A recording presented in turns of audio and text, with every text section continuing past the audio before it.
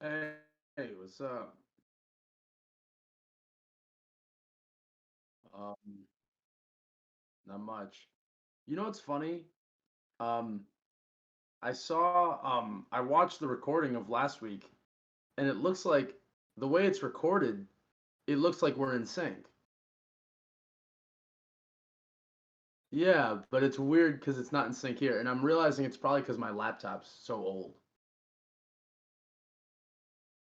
Yeah, because I have like I bet the network interface isn't very good. Because literally, I think it's 10 years, 11 years old, so.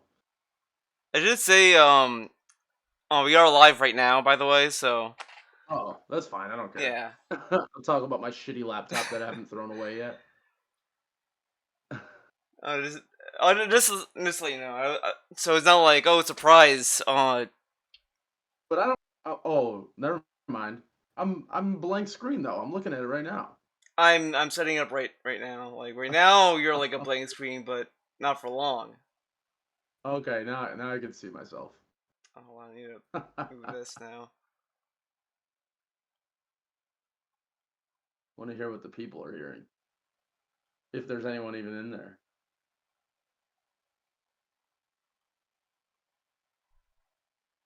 Okay, I can hear myself. Okay, there we go.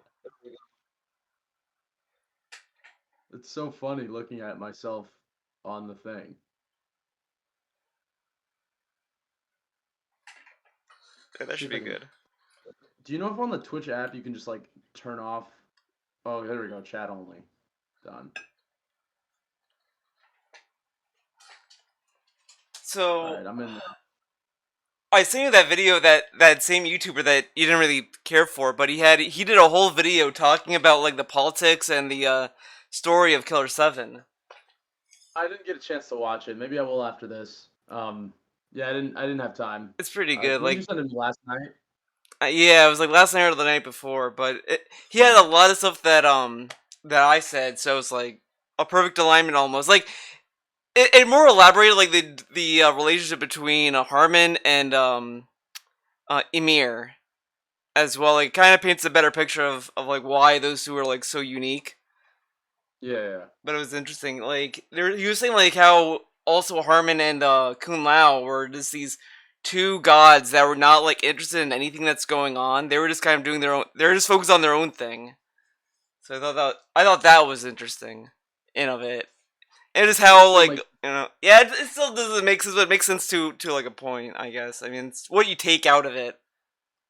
I watch it, but if he puts me to sleep again, then I'll just be like, I'm not. Uh, I I'm not remember gonna the bother. YouTuber Nate Jakey Nakey Jakey. Oh, yeah, he's great. Okay, because I watched his Last of Us 2 video and then his Red Dead Redemption 2 video like after that, and then I kind of took a long like hiatus from watching his other videos. And I just got now watching his other videos like, oh, this guy like makes a lot of Gonzo videos I liked. Like the Disney Channel video he did is my favorite one. Yeah, that's funny. Did he do one on Killer 7? Or did No. you just were watching one? Oh, yeah, he does some funny ones. I actually really liked his ones on like Rockstar and how they need to like update what they're doing. Um, Yeah, he did a lot of good like criticisms on like Red Dead Redemption 2 and yeah. all that.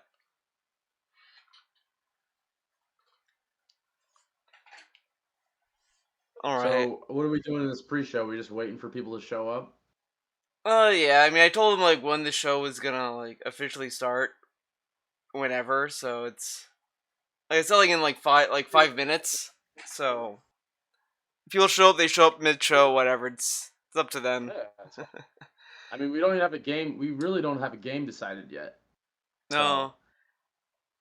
So it was funny because I was watching because I was talking about Octopath Traveler and I was like, okay, well, I was gonna give you some shit because oh, were you basing your opinion on video game donkeys? no. Okay, okay. I knew you were gonna say this because I don't listen to anything Dunkey has to say about RPGs because he says he hates turn-based combat. Yeah, So I literally don't listen to anything he says about RPGs. And he likes Persona. So yeah. So, But I did watch his video on Octopath Traveler to get like a better to see what he said about the video. I agree with like I do think he brings up good points because I had the same criticisms when I was playing the game. Though I understand why it is the way that it is. Like one of the things he brings up, which I agreed with, was what I liked about it was you could pick any character in that game, and you just go on a campaign, and you kind of run into these other characters as party members, and you do the introductory chapter to get them to join your party. So I like that. It kind of leaves you loose to go in any direction you want. But as once they join your party, there's no interaction between the two characters at all. Yeah. And it's like, it makes sense because the game will never know what order you're gonna go or whatever. So it's like, okay, like, technically it makes sense why you can't do that, but it's like, if only they could do that, it would have been more interesting, but... Yeah, that's what really turns me off to the game, is like that whole gimmick of the 8 protagonists, and where it's like, okay, like it's supposed to be this interesting story thing, but it just seems like you're going to be redundantly going through like these single stories, and people are just going to be hanging out. Yeah, like and really the main reason I don't want to play it is because like there's so many other JRPGs I need to play first that it's like I'm not gonna waste what is it gonna be like 60 hours playing this game when I want to play it when there's much more games that I know I want to play. yeah. So I'm just like whatever. I think it's interesting they take the idea of, well, because usually most JRPGs they give you like 8 characters to just have in your party, or like, you know, around that number. And it's like, you know, these are just roundabout characters that tie into the story. And then here's like, well, what if these characters have their own stories and they come along with your journey? But I don't know if there's any reason why they'd stick around. Like, I don't know if these stories like tie together by the end. Yeah. I'm thinking that maybe they do. Like, the character I picked was Primrose, and she's getting revenge on these people who killed her father. And I was like, maybe these characters have like these other ties with these other characters, but it's so hard to know, and it's like it's kind of this faith you have that you don't even know if it's gonna tie into anything. Like, it doesn't have to. Like, the game might not even have that expectation, but you might get that expectation just by playing it. Like, it's funny, and I haven't played the game, so I can't say for sure, but it's funny because it seems like what it was trying to do is like address the problem of like I don't know how many JRPG games you've played, but like a lot of them you have these characters and they kind of join up with you, and it's like nonsensical that they're just like with you the whole time. Because it's like they don't really care about this whole thing. yeah. Except for like one certain segment of the game, but like in this, it almost makes the problem worse because it's like, all right, my story's over, see ya, and then they're just like kind of there just because. Yeah, and it's almost the same thing. It's that, and it also just comes off as like advertisements for their campaign. Like, it just feels like you're watching commercials, and it's like, okay, like, you know, there was this action RPG that I was talking about like a few episodes ago, Indivisible, that they have all these characters, and the only issue with Indivisible is that you could find a party that you like, and then you could never, and you don't have to change it. The game doesn't really challenge the party you have. There's only one part of the game it does. Like, if you have like a character that does an energy projectile, there's enemies that will absorb instead of taking damage. So it's like, okay, this is like the only time where you might want to change your party. But other than that, it's like you never really have to think about it. But all those characters do have like a investment with the story and what's going on. So on one hand, it's like gameplay wise, there's too many characters that you don't really need on a gameplay level. But story wise, they have enough investment with what's going on, which is the only bummer. You froze up for like a long time. The only thing I got out of that was investment that you have, and then like I got to the very end of what you said, so I have no idea. Well, in Indivisible, they give you all these characters on a gameplay level. You don't really need to like they're just there. You don't really have to think about it. While story wise, they're all invested with the story and what's going on and all that. They all have a weight in that. But gameplay wise, it's like you don't really need half the cast. Like, if you take out most of them, you're not gonna be like, oh, I needed this character the whole time. It's like that's like the only bummer. Is how far are you into Octopath? Is that the same kind of thing, or is it that you really need? Because thinking about it, it must kind of be the same because to finish an individual character story, they can't require some other party member, right? You just do like their first chapter. So, like, I'd assume for like if I played another character and I went to Primrose and I met with her and I did her opening chapter, it'd probably be like her going through the caves to kill her master to be free or whatever, and then that's kind of where it would probably end. Because when I was watching Donkey's video, for example, he chose to do the hunter guy, whatever, and it ends kind of where it ended for me. Like I picked Primrose and went to the hunter. That whole beginning chapter that Donkey went through was what I went through. Like by the time that he was like, "I'm gonna leave the village, I'm done," that's kind of where it ended, and then it goes back to my file pretty much. Exactly. In this video, I just remember everyone got really mad at him for like pretending a snail was hard to beat because he like emptied his party. Oh, I think so. The gameplay criticisms that he had, I think were kind of silly because it was just like, oh, I don't like it because it's random encounters, and then like these enemies take a lot of hit, and it's like this is like RPG kind of stuff that's like traditional, like it's stuff that you'd kind of come to expect if you played these games.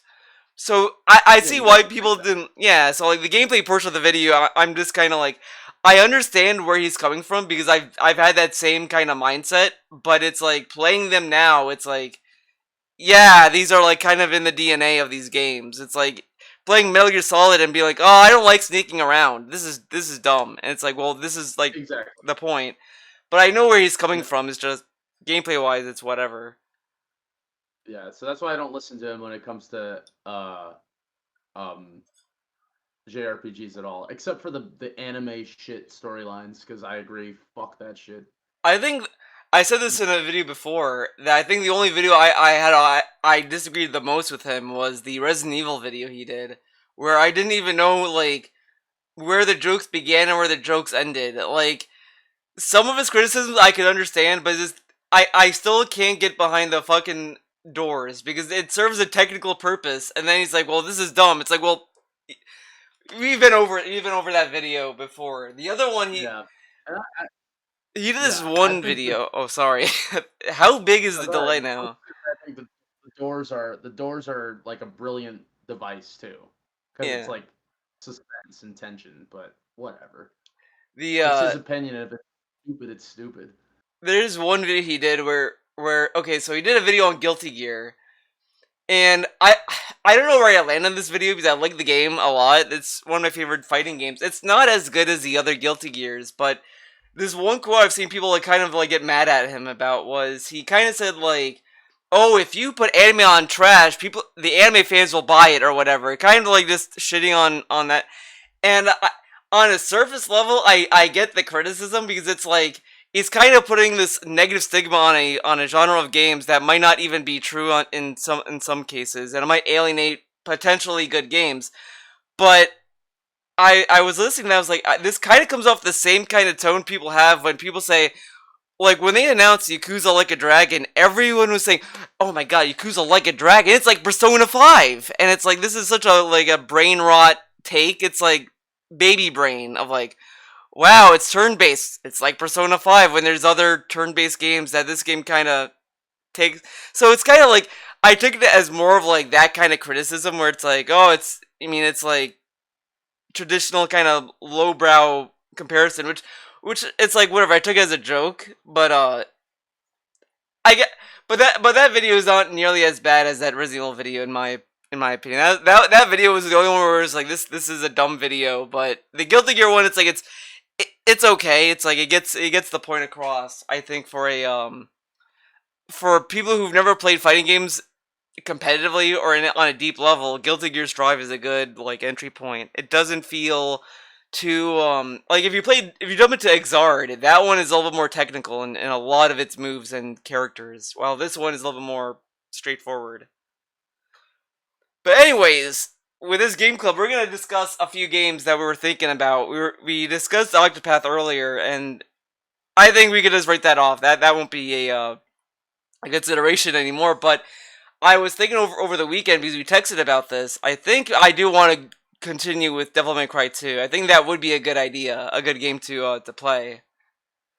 Yeah, when I texted you about that, you mentioned Final Fantasy 12, which I would love to play. So that could still be in the running too. But I don't remember what we were saying, but you did say Devil May Cry 2 at some point, and Yeah. I'd really like to play it too because I realized that I only think I've beaten. Well, I beat DMC 3, Devil May Cry 3, like 3 or 4 years ago. But that's the only one I remember beating. Like, I think I might have beat the first one, but if I did, it was when I was like 12. Because it came out in 2001, right? Yeah. Like 2001, Yeah. 2002, like, yeah. Yeah, so I don't really remember playing it. Because if I remember correctly, it was kind of like Tomb Raider-ish, the first one. Yeah, well, Is that correct? the first one you could definitely tell that it was supposed to be a Resident Evil game because it kind of has the same kind of DNA in that game. Like it has puzzles, you have like a fixed camera angle, you're stuck in a castle and you're trying to figure stuff out. And then it just became its own thing, but it was supposed to be a Resident Evil. I think it was supposed to be Resident Evil 2 or 3.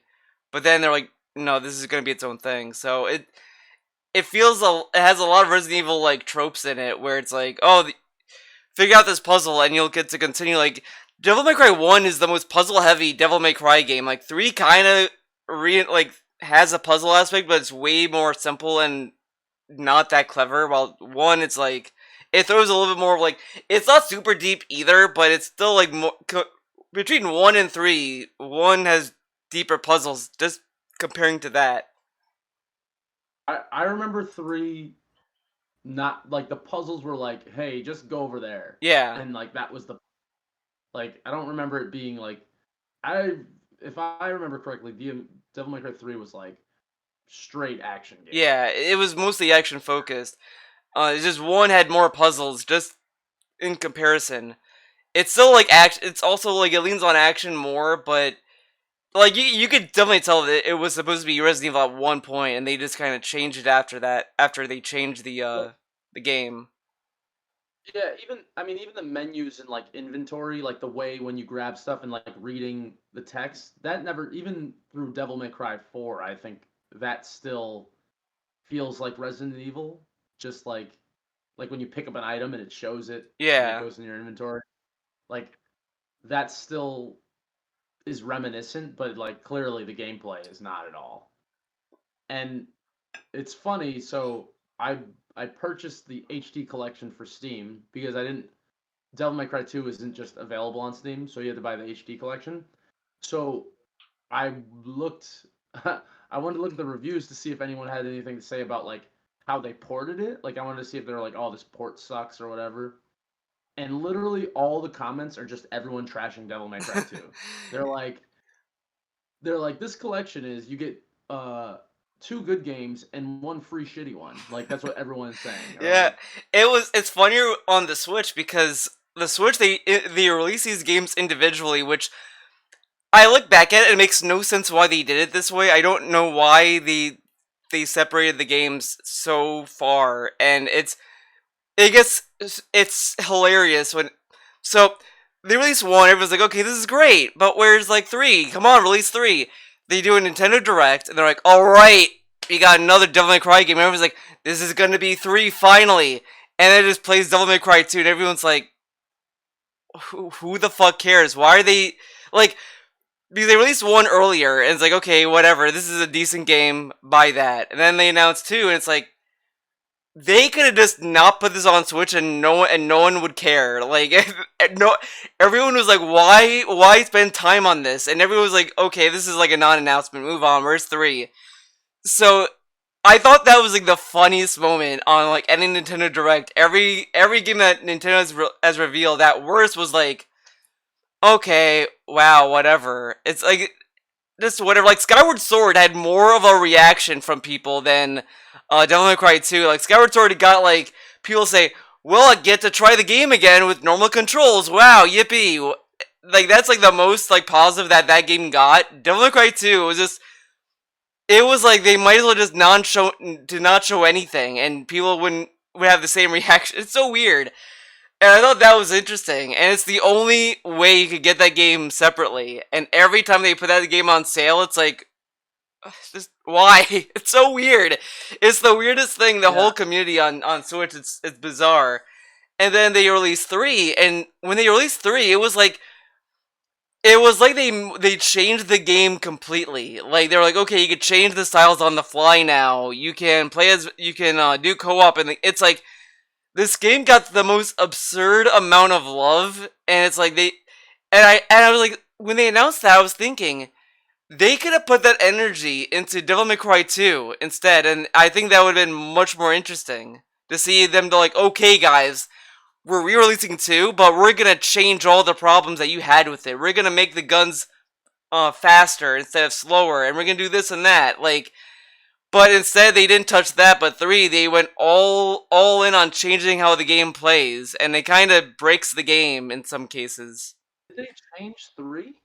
They they modified it, so they added a new mode in the single player, so you could play the game originally as it was released. But if you but there's a new mode where you could change the styles on the fly. Like it plays like Devil May Cry 4 and 5, where you can switch from like Trickster, Swordmaster, Gunslinger, all on the D-pad. So it kind of makes it more like fluid. And then if you want to do like uh, sh- um, the other ones, like where you could slow down time, doppelganger, that kind of stuff, you could double tap a direction to get to that style. It's nice, and it's a nice mode, but it also kind of breaks the game because the game was designed around you choosing a style and sticking with that style to level it up.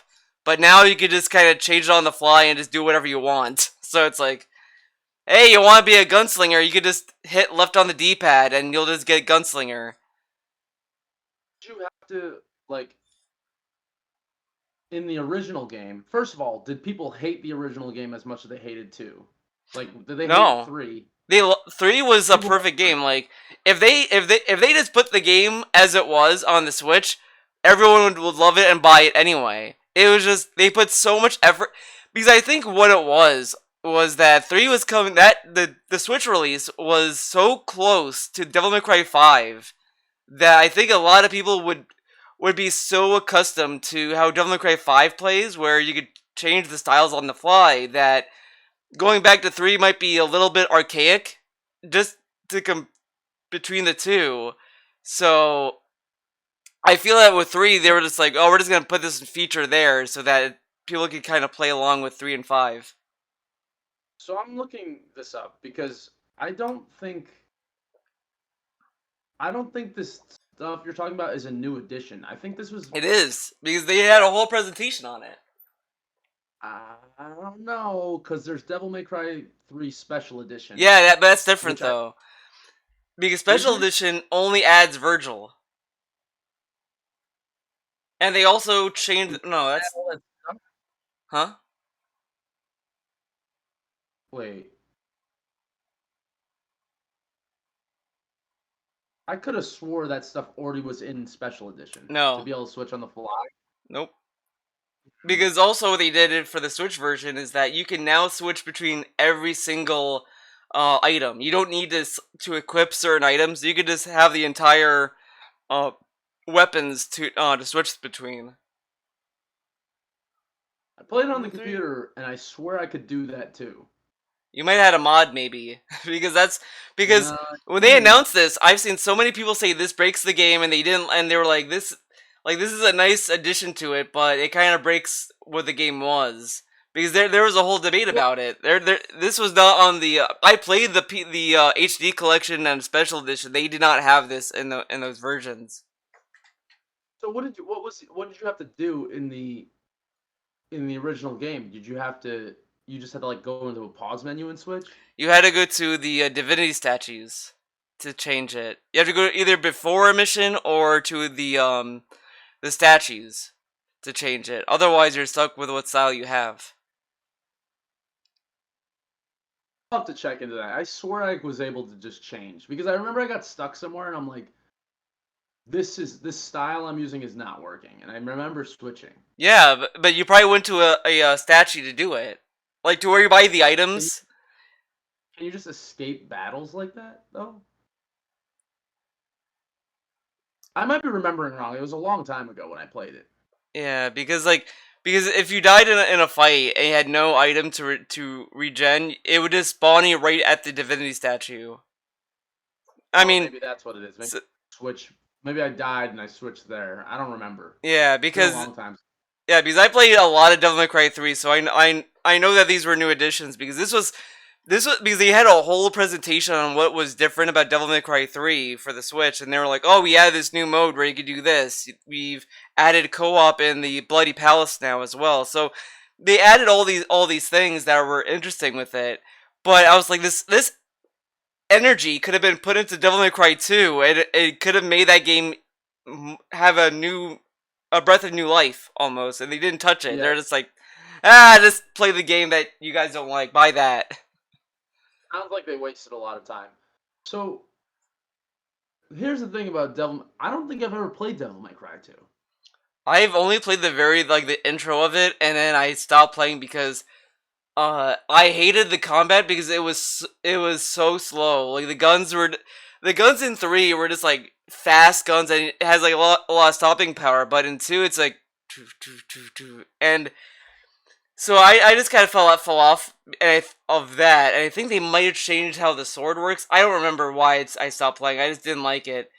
But then I watched videos of this game, and I was like, this game looks awful because you fight tanks and helicopters, and I'm like, this is a Devil May Cry game with demons and all this shit, and you're fighting tanks and helicopters. Like, this is the boss fights that they throw at you. It's like, I was like, why? And I just don't know why. And then the only thing I remember like when I was playing this game, I looked it up on YouTube to watch the ending, and I thought the story was it. It kind of reminded me of Superman Returns, where it was just comes down to a real estate. Like, I think it had to do something with this demon wanting to own a building or some shit. And I was like, this is the story. Like, it's not corny dumb. It's just dumb. Where it's like, why bother with this? The only thing that I didn't know and I thought was kind of cool was the Devil Trigger had a customizable kind of feature into it. Like, you could customize the Devil Trigger to have different abilities. And I thought that was neat. It was like, oh, this is like, it adds a layer to the Devil Trigger, which I thought was nice. But everything else is just kind of dull. And it is the only game, it's the first game to introduce playing a different character. You play as Dante and Lucia in the campaign. And after that, they never did that again until like Devil May Cry 4, where you play as Nero and Dante, and then they kind of kept that in 5, where you switch between 3 characters. So it's kind of nice that this game had a lot of ideas that were ahead of its time, but is bogged down by a bad game. Yeah, I'm kind of interested to see. I kind of don't. My prediction for this is that it at worst it's going to be mediocre. Um, Especially from my perspective because it's been a long time since I've played Devil May Cry. So it's going to be like I find it hard to believe that it's going to be as bad as people say it is. It seems like people were very disappointed from like departures from the first game, and that's why it gets such a bad rap. Um, but for me, like I haven't played Devil May Cry that much, so like I think I'll probably play it and be like, oh, this is fine. At worst, I think. Yeah, I feel it's just like, as I said, like seeing the boss fights being like tanks and helicopters. I just kind of feel like the energy and stuff that people liked in Devil May Cry were just not there, and I feel that's what's gonna be my experience. It's just gonna feel like I think the gameplay is at best is just gonna hold up because I feel like that I didn't play enough to have a good feel of the combat, but I just feel the boss fights I don't think are gonna be rewarding. Like, 3 had a lot of good fights. Like when you go against Virgil 3 times, it's like the Neo Angelo fights where it's like each one feels very like memorable and fun and challenging. And just seeing in 2, it's like, oh, here's a tank. It's like I don't think these are gonna be memorable fights. So I think that's gonna be the only shortcoming. I just don't think that that stuff is going to be that memorable. Lucy, I think I'm going to be more interested in seeing how that plays because I think she looks kind of. I like her design, but I don't know anything else or the context of anything in that game. So Yeah. I'm curious to see how it holds up because I played one and I dropped it because the nightmare part when you're going into these when you're fighting the other bosses again, I hated it. It was just like that part I just stopped playing. I was like, I don't know if I'll come back to it. It's so much work to get to where I died, and it's like I don't want to do this. And then hearing the airplane fight is infamously annoying. It's like that just doesn't give me any desire to continue. Yeah, that's funny. I saw that too in all I read was Steam reviews, and in all the Steam reviews, a bunch of well, not all of them, but a bunch of people were like, everyone stops playing this game after the helicopter, after the I mean the airplane fight." Yeah, like Devil May Cry 1 was good. I liked it. It has a good like it. You can definitely tell it's an old game and it ages decently. But like it's like Bayonetta 1 where Kamiya kind of gets lost in these like gimmicky sections, and Devil May Cry 1 had all these gimmicky areas like you're underwater and that part sucked. And then here it's like so I don't know about that. But it's funny to me with 2 and knowing the rest of Devil May Cry, the person who directed 2 went on to do 3 and 4 and 5. So he made one bad game and they made like good games after that. So it's and I also, from what I understand, 2 has also a very weird development as well. Like it's shrouded in mystery where no one knows who exactly worked on it. There's like no names connected to it. Like no one really put their name on it. And then like 3 and 4 and 5, like there's all these names that you can Well, look at. that was another thing I read. Isn't the guy that's credited with directing this game? Didn't he come in at the last 6 months or something? Yeah, like yeah, that did happen. Like I think the director is the only name that's like there, but other than that, like everything before him, like the director before him, we don't know who he was. We don't know what happened and all that. Like it's this game was weird. It just kind of felt like that they rushed this game out just to have it out on the PS2. Right. To Well, I time mean, out it sounds something. like. When do you know what year it came out? No, I couldn't tell you because I think 3 was like 2006 or 5. Yeah, 3 was 2006. I think maybe 2003 for 2. I don't remember. 2 years sounds like enough time for a big studio to make a game, though. I mean, based on a little bit I read, it sounds like someone fucking they started building the game and they're like, "Wow, this sucks." So they brought this guy in at the last minute to try to like salvage what was left. Yeah. So it'd be interesting to see like how it holds up today because like there's always these games that have this very passionate hatred, and then like when you look back at it, it's like, oh, it's not that bad. Like so I ended up replaying Skyward Sword. Like I got the HD collection, the HD of that game, and I watched the review as well on Neural put out today as well. Oh yeah, I saw that. The headline was like, "It's not bad, it's okay," and Yeah, like I didn't watch it. he brings up good points. I think he's the only one that has like a very positive outlook on that game. Because the first half of the game on the Wii when I played it was fine. I didn't mind the motion controls. Like it only sucked when you're flying. Like I kind of tolerated which was fine. It just what sucked was that the fights never did anything interesting. Like he said, like the Girahim fights were the only interesting parts because those felt like true sword fights, while the others were like, all right, you're gonna swipe left and right. Okay, now swipe up and down. It's like, okay, this isn't really fun. It's just you're telling me where to go.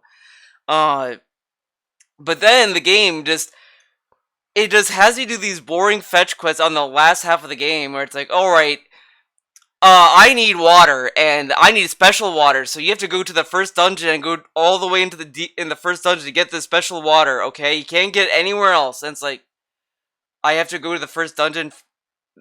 Why? It kind of sucks. So it just the bullshit it puts you through, and it doesn't really have a good pacing after that. But playing it now, it's still like it's still kind of having. I'm still having that kind of issue. But I remember the desert level. I just kind of hated in the Wii version. I kind of dropped it because it was like, oh, I need to do something. I was kind of bored. I was like, I didn't understand what to do, and I had stopped playing. So I haven't made it to that point, so I don't know if I'm gonna have that same drop off. But playing it now, it's like it's not that bad as I remembered. Like I still like the story. I like the characters. It's still not my favorite Zelda game, but it's still like it's not as bad, or it's not my least favorite Zelda game. Like I still don't like Phantom Hourglass. That one can go away, but uh that one, same with Twilight Princess. Like Twilight Princess, I thought was boring when I first played it. It was just like, okay.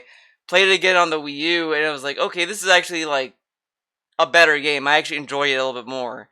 So with Devil May Cry 2, it's gonna be interesting to see, like, does it hold up to be as bad as people say, or is it gonna be like maybe it's gonna be have some charm put into it? Like there are games that are bad that I could see. Oh, there is a charm there that's endearing or whatever. Like so, it'd be interesting to see if that's what's gonna happen. Yeah, and I'm gonna have a lens of like I don't really give it. I'm not invested in it at all because I haven't even played Devil May Cry 5. 5 is Um, really good. Like that's my favorite wait a second. one. I'm not even sure if I played Devil May Cry 4 either. I think I bought it and I never played it. For four, you can definitely tell that they rushed that game. Like they because by the time that they throw in a new character Nero and then they throw in Dante, and when you get to Dante, all of his part feels is just a backtrack of going through the stuff you went through as Nero with just very like lame changes. Like you go back to one stage, it's like, oh, instead of you going through here, if you stay long in one place, you're gonna get like attacked from the ground, and you're gonna have to fight hordes of enemies. And it's like, this sucks. Oh, you're going through this castle again? All right. Instead of it being like a normal dungeon, these places are like iced off, and you fight the same bosses again. And it's really bad, and it just feels like you could definitely tell that they're like, we need this game out on the PS3 right now, and we just have to like cut corners. It's really depressing. Like they had a bigger scope for it, and then what they were allowed to do, and it's like, oh, we'll just throw this out. It's not. It's not a good game. So it would be interesting to see how this holds up to 2, because I played 4's re-release, and I still didn't like it. It still was like, I like the addition of playing as Lady, Trish, and Virgil, but as it is, it's like I only play this game just for the Bloody Palace. Like I've only kept it on my PlayStation just to play the Bloody Palace of that game. But it has one of the worst fucking enemies. 4 has this enemy called the Blitz. And this one, I don't know what the fuck they were thinking. It feels like a mini boss and then they throw it in as a normal enemy, and it's like this enemy fucking sucks. You can't attack it because it generates electricity. So if you run up to it to slash it, you get electrocuted. It does these long ass projectiles. So it's like, what do you do? Oh, I guess I just shoot it until like it's vulnerable. It ruins the flow of the game, and it's awful. That enemy is fucking garbage, and I hate it. It just ruins the game. I hate it. Like if you do the Bloody Palace and you get to that enemy, it's like, yeah, this is the end of the Bloody Palace, because you'll either run out of time because you're just trying to wait for an opening, or that he'll deplete all your health, so you'll die on the next level. It's a terrible fucking enemy. I hate it. But other than that, it's like a whatever game. It's just that enemy fucking sucks. I hate it. I doubt 2 has any enemy like it. That enemy is just garbage. I hate it. So I hate it with a passion. You know what I just realized? Does Devil May Cry have a weird chronology? Like, isn't like the third game the first one that happens? Yeah, Like as far as it's is it 3. does it go? Yeah. It's 3, 1, 4, 2. Like 2 is the Really? end. Yeah. Then I think when 5 was coming out, I think they said that they had to change the timeline to have it make sense. So that's no longer the timeline. It it makes no sense. Like after they made an article, like the director was like, yeah, for 5 in the timeline, we're just gonna change it where now it's like 3, 1, 2, 4, 5. I think is the timeline now. After that, I was like, I don't give a shit about the timeline. It's just nothing adds up anymore in this game. Yeah. It's just Uh, all because like honestly, I don't think anyone plays these games for the story. Like the story is interesting and the story is kind of cool, but it's not like Metal Gear where it's like the timeline matters. Like it's like Zelda. It's like yeah, okay, I don't care about where these games take place anymore. Like the stories are interesting. I like the characters, but who really cares what comes before or after all the way? yeah, it's funny just because if two is the end, right? Two is supposed to come after four Mhm. originally. Don't they Yeah. introduce a ton of characters in four? Not really. Oh Four, they no. only introduce Lady. No, not Lady. Uh, Kyrie, which is Nero's girlfriend, and Nero. Those are the only two like main characters to know, and the bad guy, which is like some old dude. But Gloria is just Trish in a costume, so it's Gloria's not a new character. It's just Trish. So it's like okay. Uh, the only thing that's kind of funny is that I feel like four and five make a conceited effort to make the anime that they released canon, and everyone hates the anime. But the anime is kind of cool. It's kind of like a the only thing with the anime that kind of sucks is that it does kind of feel like it's a budget show. They don't have Dante go into Devil Trigger at all until the very end, and when he does, it's like they don't show him at all. They just show the bad guy just they show the main enemy just a repeated cycle of animation of him like running backwards, like crawling away, and it's like that's the end. It's like you build up him going Devil Trigger, and it's like you don't show it, and you just show the bad guy that's like a fucking asshole just crawling backwards. It's like this is it.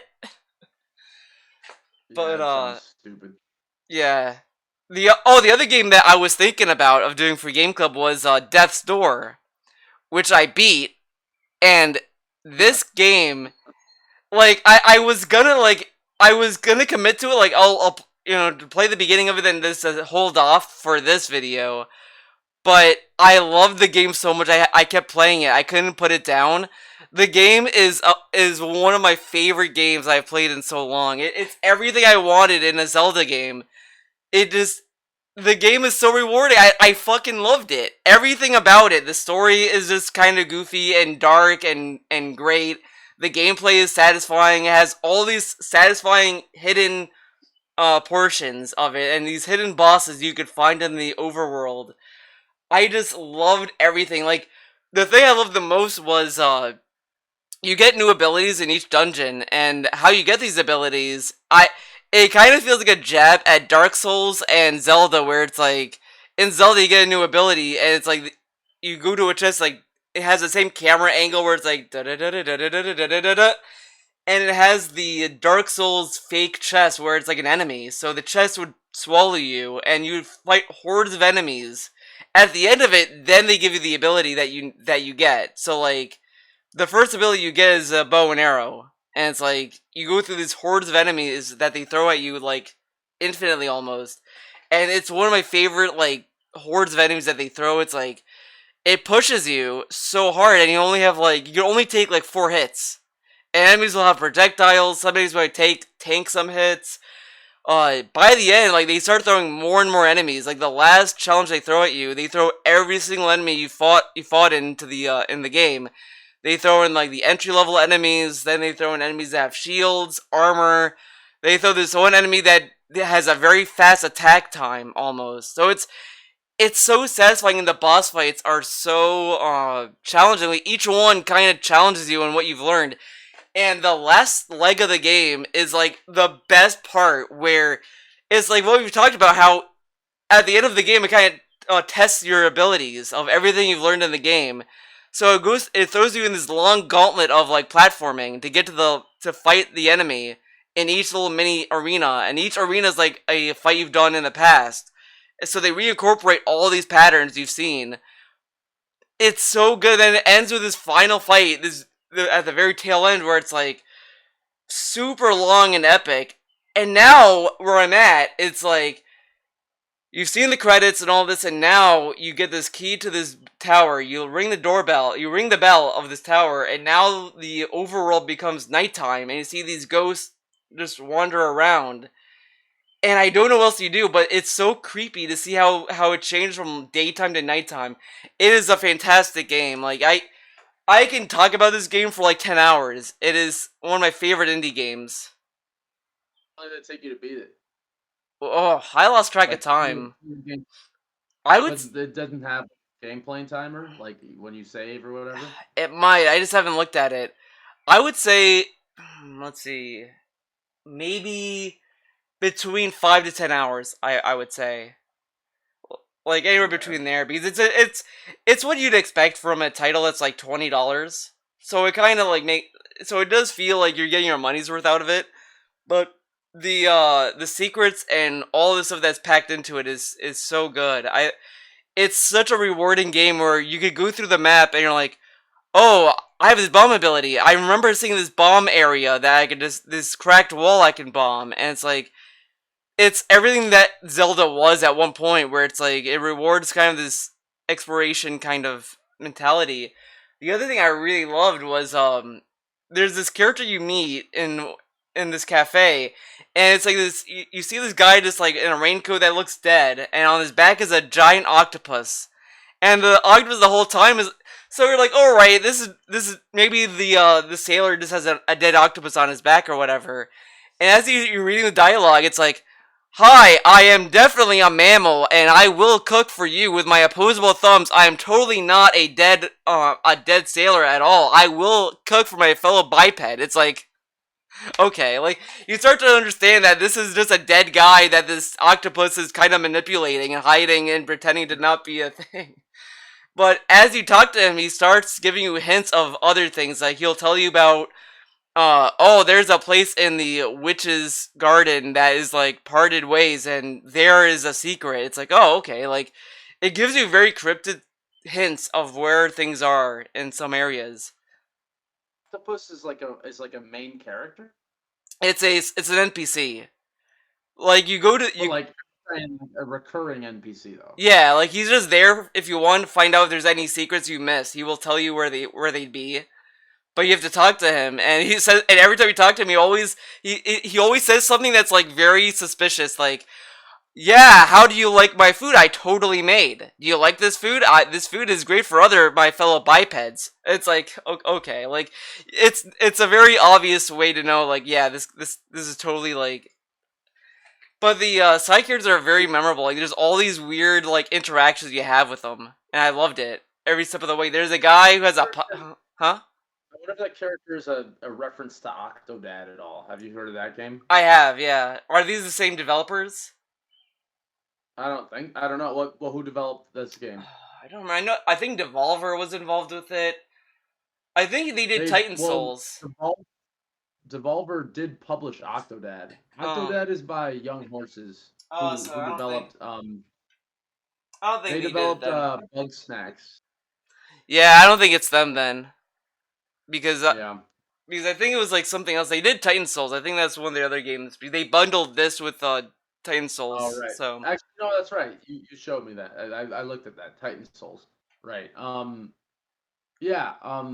It might be a reference to Octodad because Octodad, the whole point of the game is you're pretending to be you're an octopus and you're just like walking around trying to pretend to be like a normal person. So you just walk around doing like errands and shit. Like you go to the grocery store as one of those, and you just like pick them up, but like you're like flopping all around. You're an octopus. So I wonder. oh, probably. I I mean, see what this character. it's a well, it's not an octopus. It's a squid. Now that I remember, it's because like you see like a guy in a raincoat that's like this, and then on the bag you just see a squid with his eye just looking at you. And it's so good. There's this other character that has a pot for a head, and his whole story was that his grandma couldn't handle death. Like she lost her son, and she's like, oh, so if her whole story is like, if everyone has a pot for a head, death will not recognize the person, so they won't come for him. So she took her grandson, made her grandson have a pot for a head, and the whole time was like, he's like, yeah, my name is Pothead, so what's up? Like, oh, let's go here. And he's like, yeah, it's sad my grandma was this way, and it's also sad that my grandpa. Oh, sorry, grandpa. I have I have pot on my head, pot on my brain. It's like Yeah. okay, like it's just a lot of punny jokes like that. But the thing I also like about it is that they have these heartwarming moments when you beat a boss, and it's like they give a eulogy for each boss fight. So like you fight the witch, you kill her, and then like this other character shows up and it gives a eulogy. It's like this woman really loved her family so much that she got lost in the arts of magic and turned her whole family into pots or whatever. It's like, oh yeah, you So she's related to that. She's the yeah, grandmother. yeah, she's the grandmother. You fight, you kill her, and like you, it's kind of sad when you realize why she was doing what she was doing, because it's like she couldn't cope with the death of her family, so she was like, well, if everyone has, like, she was told by, so this story, it's kind of fascinating because they have this whole hierarchy of crows who they call reapers, and these reapers go around just taking people's souls just to bring them to the other side or whatever. But as you're going about it, you start to realize there's this weird agreement that these characters, these enemies, these boss fights you have, they've had an agreement with your boss, which is they call him the Lord of Doors. It's a very bland name. So they're like, yeah, the Lord of Doors, we had a deal, and like they gave me immortality for this. So it's like, so as you're going through it, you're realizing maybe the Lord of Doors is not a cool guy after all, or whatever. So it's interesting, like in the story, and then it's also explained why the name of the main bad guy is the Lord of Doors. It's like there's this whole lineage of lords. There's been Lord Theodore, Lord Open Door, Lord whatever. So the main boss, when you fight him, is like, yeah, the guy bought before me, he didn't even give me a name. It's like, oh, so that's why your name sucks. It's like it Oh, was a plot point why his name was like the Lord of Doors. I was like the whole time I was like I thought it was like the tone of the game, because the game has this like kind of tongue in cheek humor. So I didn't think much of it, but then when you go through this grave of all these previous lords, you're like, oh, there's Lord Theodore, there's Lord Open Door or whatever, and they all have these different like personalities. So you meet the Lord of Doors, and he's like, yeah, the Lord before me was all about law and order and all this stuff, but like, why do we have to die? Fuck that, I want immortality. Why do I have to die? I don't want to die. The guy before me, he didn't give me a name. It's like, it's kind of cool. He has this cool, like, theme of mortality, like, because you end up meeting the Grim Reaper, and he's like, yeah, everyone has an expiration date, and if you go past it, you start to become a demon. Like, you're not supposed to go past a certain date, so you're with this other character you meet that's also a crow, and the crow realizes that he's past his expiration date, like he's supposed to die, and he's like, I refuse to die, fuck this, and he becomes like a demon that you have to fight. But the boss fights are so fascinating. Like this game, I fucking loved it. It's like I would probably give it a 10 out of 10. Like I have a hard time thinking of anything I truly dislike. There's small things I can nitpick from it, but it's like the overall experience. Like I couldn't put the controller down. Like I had to force myself to stop playing because it's so much fun. Like, and now like this end game content I'm doing is I just want to know where this is gonna lead at this point. I don't know if there's another boss fight, but I just loved everything this game offered. It was definitely worth the $20. It's such a fantastic game that came out of nowhere. Like I had such a like because it was a developer and I saw it, I was like, this game looks kind of cool, but like really, what's it gonna be? Whatever. And then after playing, it's like this game fucking rules. I don't think I've played a game that's as good as it was. Oh shit! Thank you for the raid, Retro Q Gaming. By the way, with what? 7 people, he came with 7 other people to want to join this stream. Oh, so now we have to be entertaining. Yeah, I know it sucks. Like we were ready to to get into like the Persona discussion too. So I like No, we're not talking about. the. No, we're- If you start talking about Persona, you're on your own. I'm out. I'll go start playing Devil May Cry 2 right now. Well, we're done with. Well, we're not gonna talk about that, but Death's Door is a great game. That game is one of my favorite games I've played all year. I honestly don't think there's a game that will top it. It really came out of nowhere, so that's why it wasn't a. I took it out of the running because I went so far into it that's like there's no way like it's gonna be worth it. But I would recommend it. I do think you would like this game as well because it does drop you into the gameplay. There's no like story bullshit either. Yeah, I guess we'll see. So what other games were on? Okay, I know we were talking about Final Fantasy 12 as well. Did we have any other games on the list that we might want to play? Uh I don't oh think there man. was. We did talk about, and I don't know if we should do this this week, but we did talk about having each other play different games, like you would play God Hand and I'd play like. I've never played No More Heroes. I've played it. I've never beaten it. Oh So shit. like I could play No More Heroes. Yeah. But I think it's a good time. I was also thinking uh Wonderful 101 was one as well. Yeah, I bought that. I didn't play through it yet. I got to like the third level and I just didn't play Yeah, after. like I got the one with the whip and then I kind of stopped. And that was further than I made it when the game originally came out. But then I was like, yeah, like I don't know, like I kind of wanted to go back to it, but I don't know, I don't know why I can never go back. The other game was I kind of feel like I want Okami to be as well another game Game Club game because I think that game might be interesting because it does have a unique combat to it I as well, really didn't but like Okami. yeah, I think the I pacing is kind of rough though as well. Like it's a very slow moving game. It's sad because everyone loves it, and I just didn't like it. And it's by Platinum, who like every other game they made, I love them. But wait, I think Okami has Clover Studio. yeah, but I mean Clover is pretty much platinum as well. But Okami has a lot of I think a lot of people like it because it has a lot of good like energy and atmosphere. Like I do like when I was playing it again, I loved a lot of the characters. Like I loved Amy and the beetle that travels with you. I like this stuff like that. I just think that it for some reason. So I played it on the PS4 and on the Switch, and I made it to the point of the PS4 where I don't know where else I'm supposed to do. Like there's these two people on that was like, oh, don't come here until you bring us the princess or whatever. It's like, okay, so where do I go? And I didn't. And after that, I just stopped playing. I didn't know where to go. So on the Switch, I didn't even make it to that part because I have to find these other dogs, and I was like, I don't know why I can't find these other dogs.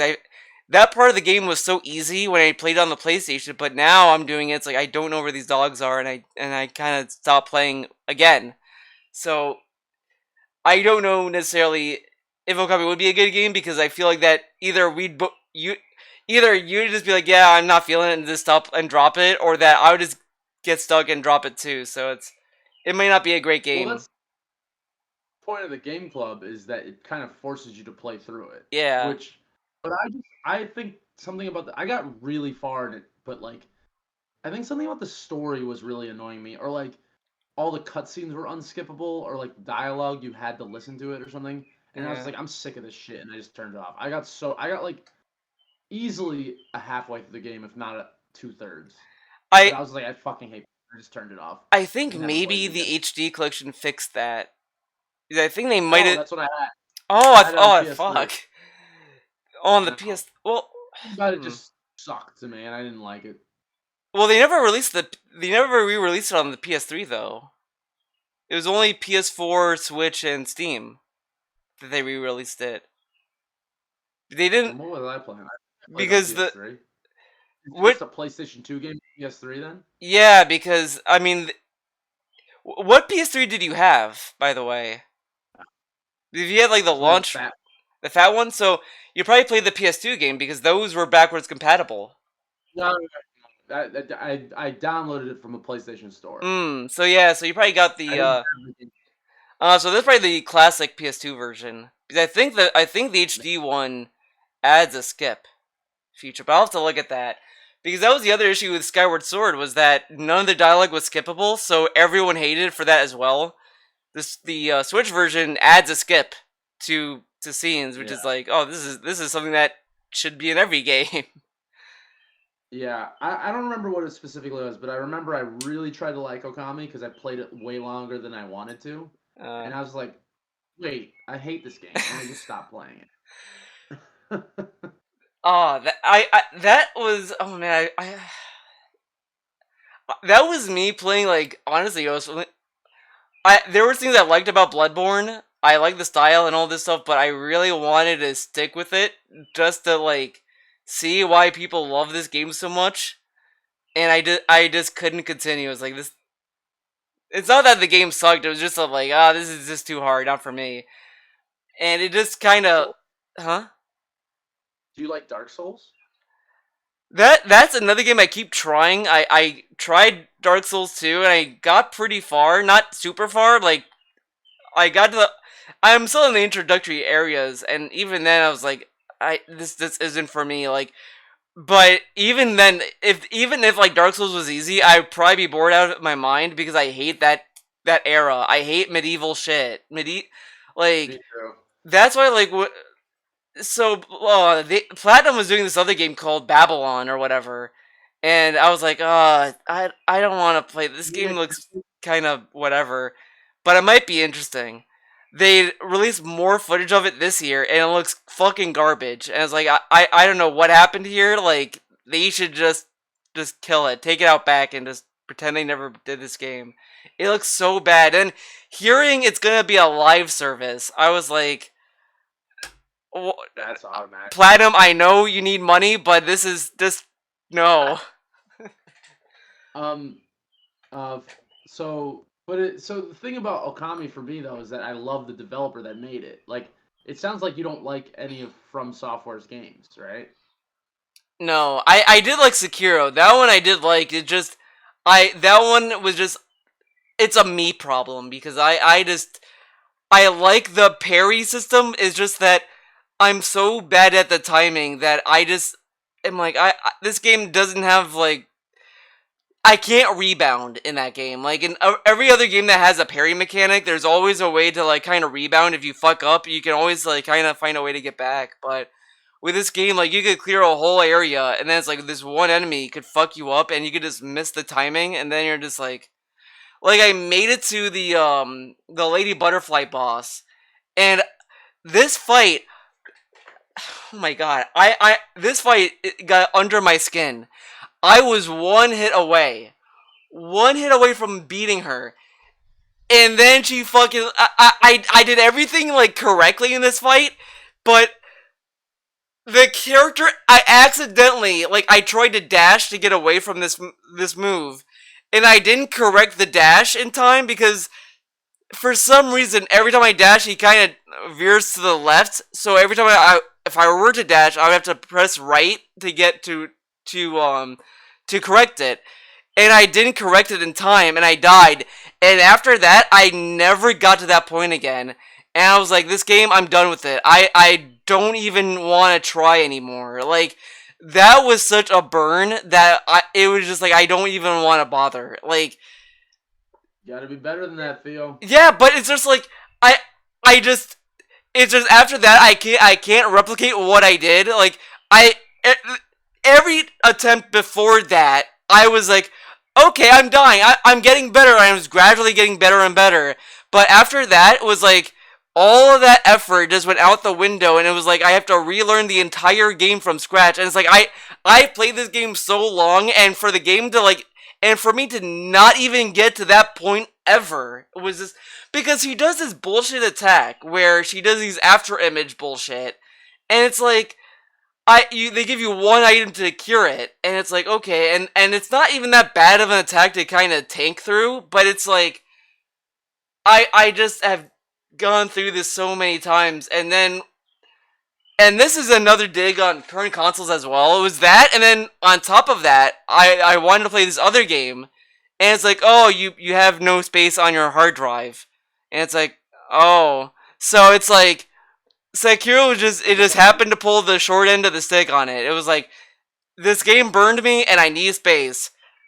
Bye. See you later. See you later. I bet if you played it right now, you'd probably be able to beat it. I did. I Just did go because back to it. I did go back to it. To be honest, I did go you back to it, and I was even worse at it. And I was like, it just because it got to the point where it's like, okay, maybe I'll just stop. I'll just not go to Lady Butterfly for a bit and just do these other like smaller areas. But then it's like I wasn't in the same groove. Like I was in this groove with this game, and I just couldn't get back on it. It's like this is gonna sound probably more mean than it should, but it was like me and my whole like playthrough of Persona 4, where no matter how far I made it from start to finish of Persona 4, I could not get on the groove with that game. Like 3, I had a groove. 5, I had a groove. SMT 3, I had a groove going. But 4, I just couldn't get on it. It's like these dungeons suck. I just want to end it at this point. And Sekiro was kind of getting to that point where it's like not on that extreme, but it was just like I just not gonna get on it, as like I just didn't feel the point. Like there's the amount of time I'm willing to put into a game, and Sekiro was not giving me the returns I wanted. It's like this is just too much time in things I just didn't feel it was worth my time. Mhm. It's a great game. I love the style. I love the era. I loved everything about it. It was one of my favorite From Software games. Like I love this game way more. But it's just I just once they're off that thing, it sucks. It is on Game Pass, so part of me is like I'll just try it on my Xbox again and just play it through that. But I feel like there's other games that the other game I was playing as well, Jedi Fallen Order, and that is a game that everyone is like, "Oh, it's a great Star Wars game," and that game is boring. I dropped it. I went back to it, and it's like this game doesn't even feel like it's hard for the right reasons. Like it just feels like they just throw shit at you, and it's like this is hard. Look at all the shit we throwing at you. It's like there's no design here. It just feels like that you're just doing it because of a formula that worked for another company. It just was boring. The story was also bland. I hated the characters. Like the main character is so fucking dull. I'm a Jedi. I need to find these other. Oh man, it's like I don't care. Like what's the investment in this? The main Yeah. villain is interesting, but they just kind of throw her off the cliff too. It's like, oh, okay, it's another story where it's like the apprentice gone bad. It's like, okay, Yeah. cool. Dude, don't force yourself to like games. Who gives a fuck? Just because they spend a bunch on a marketing campaign and it's attached to some huge property, of course people are gonna say it's great. I think what it I don't. was there was a Star Wars game that had these people that were working with Naughty Dog, working on it, and it was gonna be this big game, and it had this big hype behind it, and then EA killed it for it to go into like this other Star Wars game that everyone hated, and EA was like, oh shit, no one liked this game. Okay, well. We have Battlefront 2 coming out, and then Battlefront 2 had all this microtransactions and all this stuff, and like, no one likes that either! Oh, fuck, okay, we'll make a single player game. Everyone loves that shit. And then they made this game, and everyone was. It's that shit where it's like you give someone garbage enough times that if you give like garbage with like a little diamond on top, they'll say, "This is great, amazing! What a better improvement from the last piece of shit." To be fair, I've never played it, but it looks fine. It's It looks like it's an okay it's not game. a bad game. Like it's good. It's just I don't think it's a very memorable game. Like it does enough where it's like, oh, this is like the combat's good in the sense that it is very like it's rewarding for people who are looking for a challenge, and it's also very accessible for people who are just wanting to play a game that just gives you what you want. It's just it kind of runs the same issue I had with God of War, the new one, where the main stuff that it has you do is kind of boring and lame. Like the beginning of it's really good; it gives you a very good boss fight, and then nothing else matches up to it. But the optional stuff in God of War was way better than the actual game. Like they have these optional boss fights with the Valkyries, which were way more interesting and way like cooler. Everything, like everything that I wanted was there, and it's like, yeah, these are optional. You could avoid it and do these boring shit. Mostly, it's like no, the boring shit should be optional, and this good shit should be required.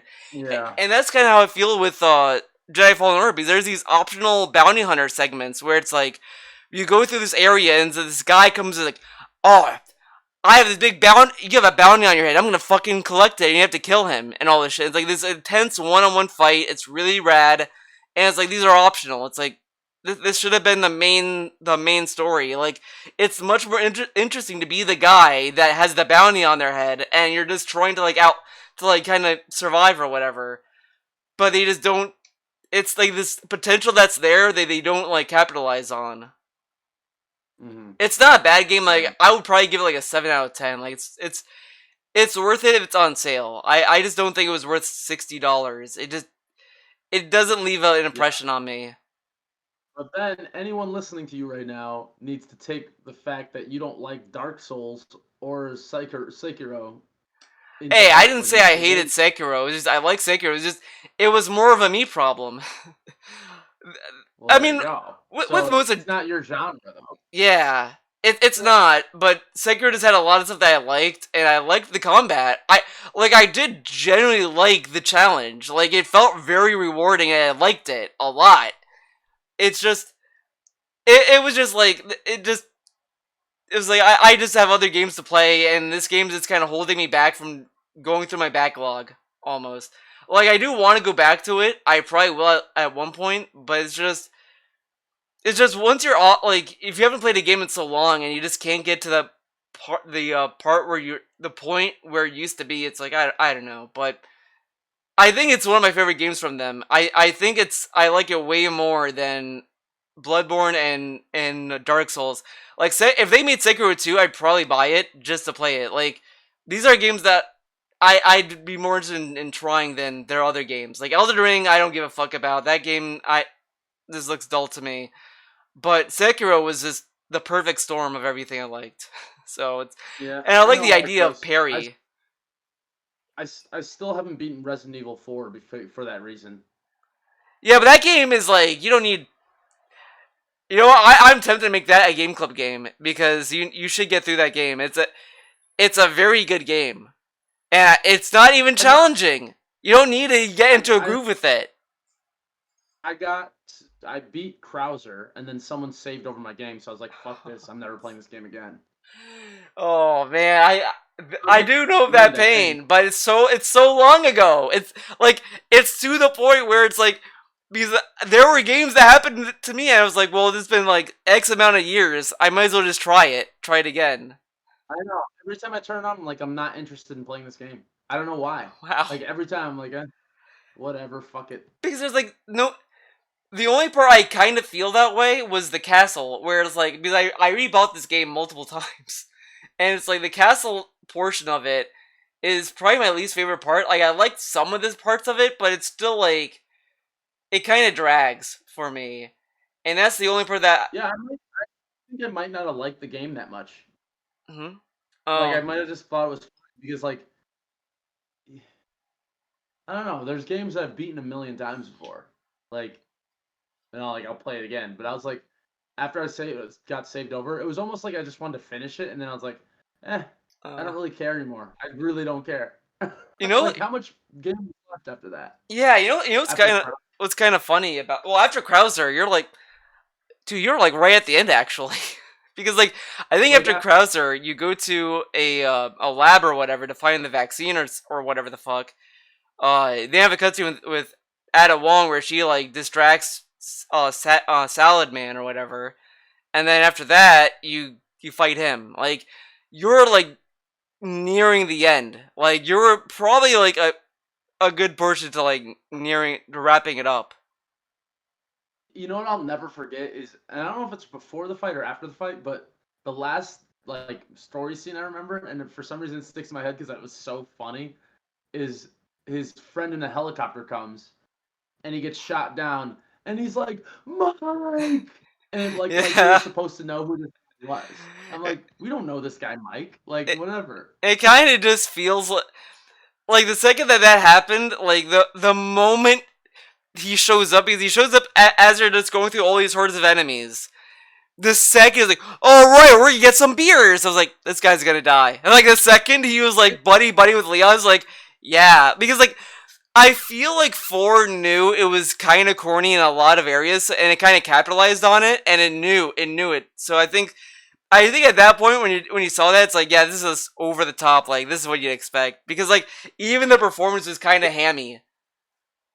So funny because he's introduced and then killed within 5 minutes, maybe 30 seconds. I don't really remember. Yeah. And like Leon's like, Mike, like it's supposed to have some emotional weight. I'm like, we just saw this guy 3 seconds ago. Like, who cares that he died?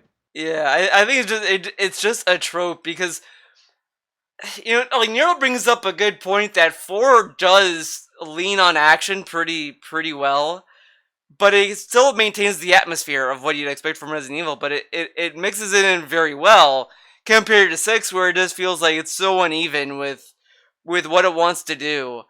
Uh, Even 5 was so like not horror. It was just like you're just bashing yeah, it and like but 5 still was kind of fun for what it, and it was very streamlined in what it did. But five felt more honest in what it was presenting you, while 6, it just felt like 2 people were working on it and they didn't agree with what they wanted the game to be. Like, they're like, oh, we're gonna make it like survival horror, so we're not gonna have a lot of ammo drops. No, let's make it an action game. Okay, but we're not gonna have any ammo drops, so it's like, okay, so where's the ammo? What the fuck am I gonna do? And it just didn't really pan out. 5 was just like, okay, here, have fun. way, yeah. And I've been replaying 6 too as well, and it's not. I wouldn't say it's a terrible game, but it's just it's as Nero said, it's fun in like short bursts. It's like it's a fun game, but it's like if you expect anything from the game, it's not gonna be that good. Like, I think if you look at it more and more, it doesn't hold up. But if you just play it and you're just like, yeah, fuck around, it's like, yeah, this is whatever. Perfect segue to get back to Game Club. Maybe Devil May Cry is like that. Yeah, Devil May Cry. If you don't have expectations, it might be good. I don't think it'll be good. I think at best it's just gonna be mediocre, because I honestly can't, because the boss fights were such a big part of Devil May Cry, and seeing that these boss fights are just bland as hell, it's like, what's really gonna be there? And the other thing that people complained was Dante is such a boring character. Like, he's not fun. Like, in one he has that hammy voice acting, and he's just like this cool guy. 3, he's just this guy that's just whatever.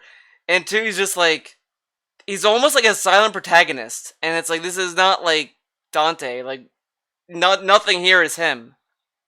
Almost. Which one is you know I don't give a shit about story, so that's not going to affect my decision on if it's good or not. Yeah. And honestly, I'm going to be the most disappointed I'll be is if it's mediocre. If it's bad, I hope it's really fucking bad, because then it'll be fun to talk about. But if it's just like mediocre, then whatever. But I hope it's either decent or horrendous. Yeah. So which one is the one that starts off with him eating a pizza and then someone runs him over with a motorcycle? Oh, with a motorcycle. Like someone does a wheelie on his face. Is that the first one? Or did I make that up? Am I no, it is a scene. It's just, what's throwing me off was that there was also, I think it's 1, because I remember it's very insane how 1 starts, because 1 starts where Dante's just in his office just chilling, and then like Trish just bikes in and just destroys his office and just fucks around. It's like, so I think it's 1, because 3 there, huh? I can't believe I remember that so vividly, because I haven't played the first one since PS2 way back. Like I beat it once on PS2 back when it first came out. Yeah, because like in 3, because what was throwing me off was there's a scene in 3 where a lady was riding a motorcycle. She didn't write it on his face either. So no, never mind. It is 1. Back off of his face or something. Or like off the wall, maybe it is. No, it is on his face, I think. Yeah, it's not important. I mean, Devil May Cry 1 is like so long ago, and it's just people just remember it because it's such a crazy way to start a game. It's like there's no setup, there's no build up. It's just already guys sitting down. Oh, what's this about? Boom! It's like just noise and like just bullshit. Yeah. Yeah. But I think after Devil May Cry 2, we should definitely do the idea where one plays the other person's game. So you'd play Normal Heroes and I play God Hand. I think that's gonna be the next one. I think that'd be a good idea. But it's definitely Devil May Cry 2 because now I'm like amped to play it now after talking about it. So yeah, I really want to play it too. Like once I saw everyone trashing it, I was like, I gotta see if this game sucks as bad as they're saying it is. yeah. Like it's a free game, so it gotta be good. I mean, Capcom just gives us a free game. I mean, how nice of them. All right, Twitch chat. You got anything to say about Devil May Cry 2? All we got is a guy spamming Teddy from the hit game. Fuck Teddy. I agree. I'm gonna mod Devil May Cry 2 to put Teddy in there so I can chop his fucking head off. No one cares. No. All right. Well, I think that'll be it. Get started. Yeah. What are you planning on? What am I playing it on? Yeah. Or I think I still have the I have it on like 2 consoles. I think I still have the PS3 version of the HD collection, but I'm probably gonna play the PS4 version because that one I still have the HD collection on, so it's gonna be that one. All right. I'm playing it on Steam, obviously. So. Yeah, I think the one that's on PS4 is the same one that they released for Steam as well, so it's same quality. Because like no one even talks about like how they ported either. I agree with that. Like they talk about one, like every comparison they show only 1 and 3. They don't show 2. But we'll see. Yeah. I mean it's probably the same quality, so of a port. So all right. Well, that'll be it. Thank you guys for watching this episode of Big Bun Game Club. I hope you enjoyed the pre-show and the main show.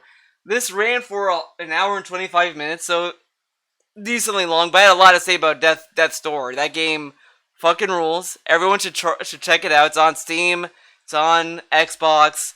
Highly recommend it. It's one of the best games of this year. I doubt any other game is going to top it. Best game. He was getting paid to say this, by the way, just so you know. No, they should pay me to say it because I paid them to play the game. They should give me my money back and more because I've been like ranting and raving about this game on Twitter everywhere. So it's a great game, a fantastic game. So that is it. See you guys next time. Bye bye. Solidus did nothing wrong.